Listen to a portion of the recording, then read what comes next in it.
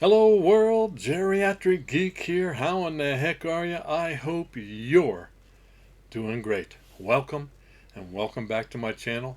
Today is February the 1st, 2023, a Wednesday. That's right, Wednesday. We've started this new month. So yesterday, if you didn't see my video from yesterday, well, please go back and watch it. But yesterday I did an out and about video where I went to Walmart and Best Buy to see what they had on their shelves. Walmart had absolutely nothing new on their shelves. Big surprise, right?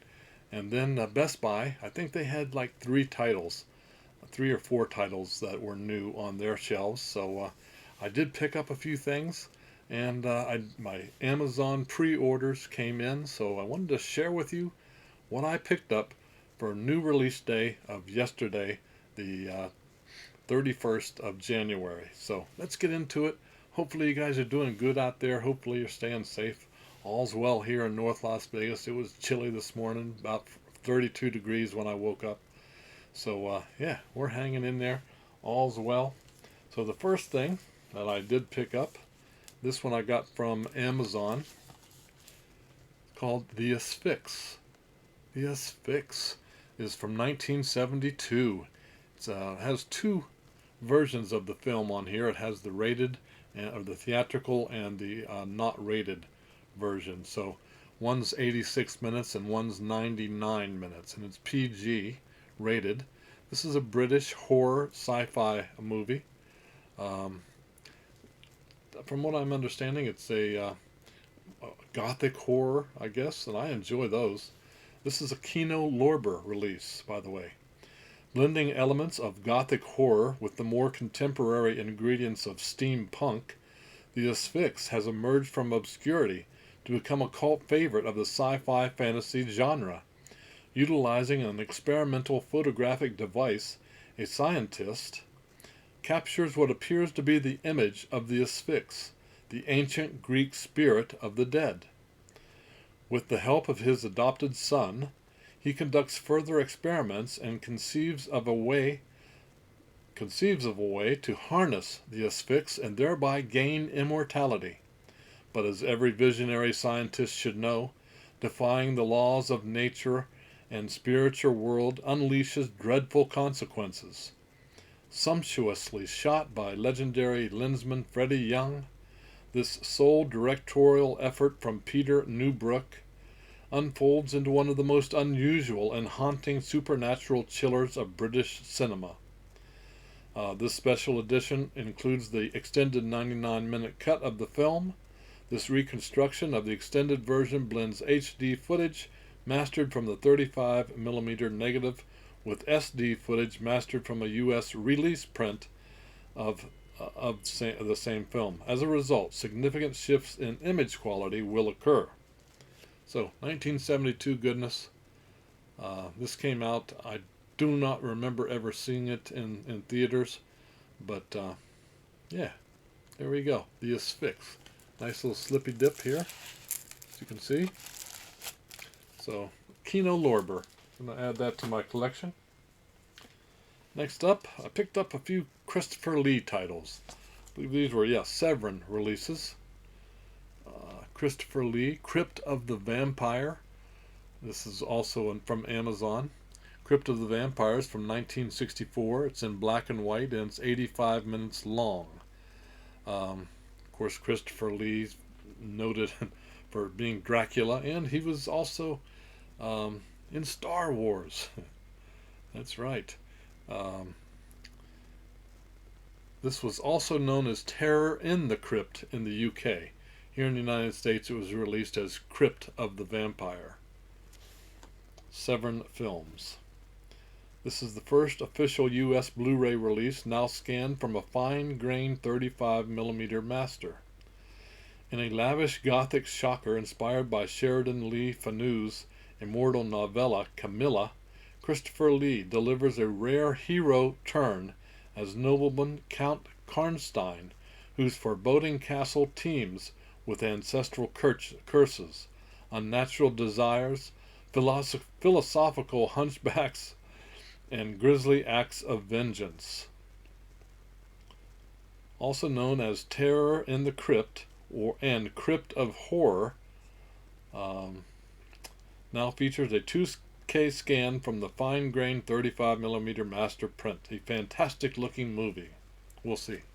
But I do like Christopher Lee and can't wait to check out this movie. If you've seen any of these films, by the way, let me know in the comments below. Let me know what you thought of them. I'd appreciate it. Another Severin film. This one called Legacy of Blood. Legacy of Blood. 1978, 77 minutes, not rated. Apparently this is not great. I picked it, I blind bought it from Amazon, but once I started reading a little bit about it, I realized most people don't like it. But we're going to check it out. Includes the uncut theatrical release and alternate television version. From the auteur called an unmatched voice from the underbelly of low-budget genre cinema comes the hate-fueled, gore-splattered opus hailed as a quintessential Andy Milligan film. For this loose remake of his own classic The Ghastly Ones, writer-director Milligan delivers a twisted family gathers in creepy mansion for inheritance saga filled with hysterical half-wits, inappropriate psychics, in 1970s Staten Island standing in for late 1800 New England, and some of the most insane explosions of graphic carnage in the entire Andy Oeuvre, with all preprint materials believed to be destroyed. They thought they lost a complete theatrical version, but evidently they found it, and here it is. It doesn't. I'm not excited too much about this, but I will check it out. If you have seen Legacy of Blood, let me know what you thought. This is, like I said, a Severin release. Severin.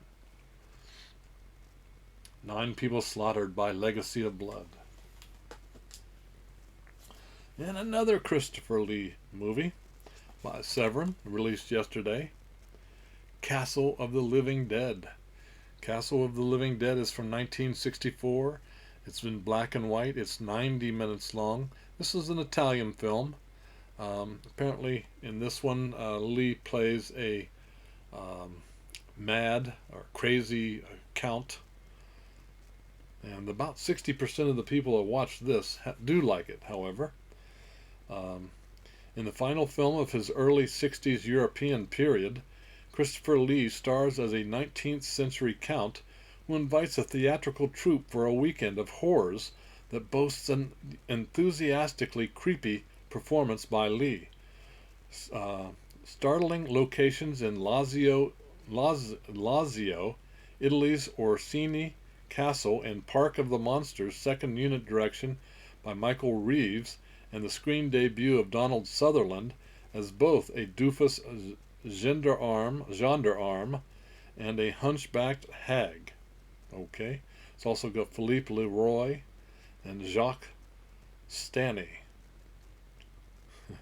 This 1964 French-Italian co-production from American producer Paul Maslansky. Okay, he also went on to produce Police Academy movies. So this was after whom Sutherland would name his son. Interesting. Now scanned in 4K from the Italian negative for the first time ever. Never heard of it. Do want to watch as many Christopher Lee movies as I possibly can, and so we'll add that to our collection. Next up, Michael Caine and Noel Howard in the 4K version. That's right, the 4K. Kino Lorber put out The Italian Job. The Italian Job, 1969, G-rated, 99 minutes. Of course, this is a British comedy caper, if you will. This one of those you kind of just turn off your brain and enjoy the ride kind of movies. Let's see. This is the ultimate British caper movie, packed with fast cars, beautiful girls, and swinging 60s action. Forget about the straight and narrow. Clever con Charlie Croker, played by Kane, intends to go straight to the bank. Fresh from the slammer, he begins work on a heist that will either set him up for life or send him up forever. Croker and his unruly lot of thieves take on the mob, the police, and the gridlock traffic of Turin to rob a heavily armed shipment of gold bullion in The Italian Job. Also, like I said, has Noel Coward. He co-stars in this open-throttle corker as criminal mastermind Bridger. So yeah, glad to have this in the collection. I remember watching this back in 1969 when it first came to the theaters, and I enjoyed it. I'm pretty sure I went with my parents to see this. The Italian Job. Next up, another 4K. Oh, there's a nice slip on that, by the way. Another 4K. And one of my favorites from back then, a little sci-fi action, Event Horizon.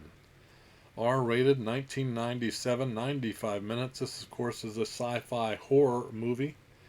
Has Lawrence Fishburne in it. I like that. This was a flop at the box office. However, it has a bit of a cult following nowadays. And I liked it. I really did like it. So, let's see. About 70% of the people that watch it like it now. Didn't back then. It really failed at the box office. 7 years ago, pioneering research spacecraft Event Horizon mysteriously vanished without a trace on its maiden voyage. But then in the darkness of deep space, a persistent signal prompts a rescue crew to wing its way through the galaxy on a bold rescue mission. What they uncover is an unimaginable interstellar horror that will test the entire team's sanity and souls. Event Horizon. Nice little slippy dip there. There we go. I picked that up from Best Buy yesterday, by the way. Next up, Vinegar Syndrome pickup. This was from Amazon, I do believe. Invisible Maniac. 4K, 1990, 86 minutes long. This is a comedy horror. Directed by Adam Rifkin, who also did The Last Movie Star. This is really a tongue-in-cheek, cheesy movie, from what I'm getting. I've not seen it. Some people recommend it. This movie has a divided base. Some people like it, some people hate it. So I'm going to see where I lie in the middle. I'm not a big fan of these over-the-top sex kind of things, but I'll give it a shot. Ever since he was a child, Kevin Dornwinkle wanted nothing more than the ability to spy on naked women. Traumatized for life when his prudish mother discovers his bedroom telescope pointed at the window of a nude and nubile neighbor, Kevin puts all his focus onto his other interest, science. Decades later, and now a respected physicist, Dr. Dornwinkle has made his greatest discovery yet, molecular reorganization serum, which has the power to turn a person invisible. But after a demonstration to his peers fails horribly, the mild-mannered doctor suffers a breakdown. Focusing all of his efforts on perfecting his serum and succeeding, the new, fully unhinged Dornwinkle gets a job as a high school teacher and embarks on a rampage of molestation and murder.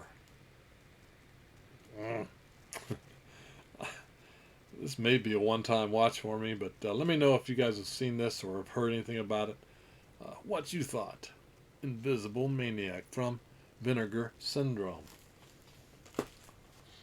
Now, totally different. Total 180. We're going to Volume 1 of Mickey and Minnie's 10 Classic Shorts. I got this from Disney Movie Club. It's Volume 1, not rated, 83 minutes long. And as you can see, it's 10 classic shorts. Now, from what I'm understanding, a lot of these were already on the Blu-ray called Celebrating Mickey, which I have. And I checked the two together. There are a few different things going on, and there are also evidently new introductions by Mickey and Minnie to each of these shorts. So that's what makes it a little different. There are a couple that have never, couple shorts that have never been shown or put on physical stuff. So, you know, I haven't watched it yet. I haven't watched all. I know Steamboat Willie's on here, one of my favorites. Um,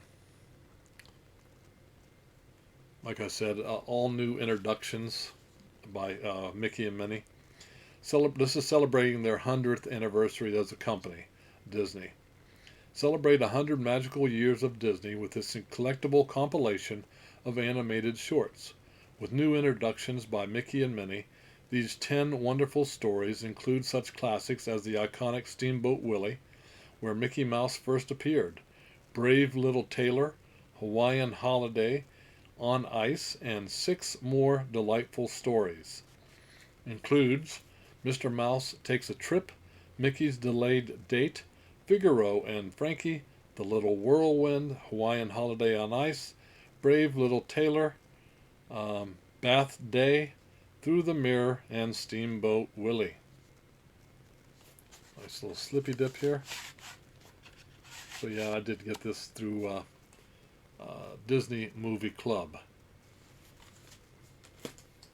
All right, just two more to talk about. First one is Crimes of the Future. That's right. Viggo Mortensen, Leah Seydoux, and Kristen Stewart in David Cronenberg's Crimes of the Future. 4K, R-rated, 2022, 107 minutes long. This is a sci-fi body horror. And apparently the acting in this is really pretty good. I haven't seen it yet, but I'm going to check it out a little bit later. Probably today. In the not too distant future, humankind is adapting to its toxic environment via mutation or surgery.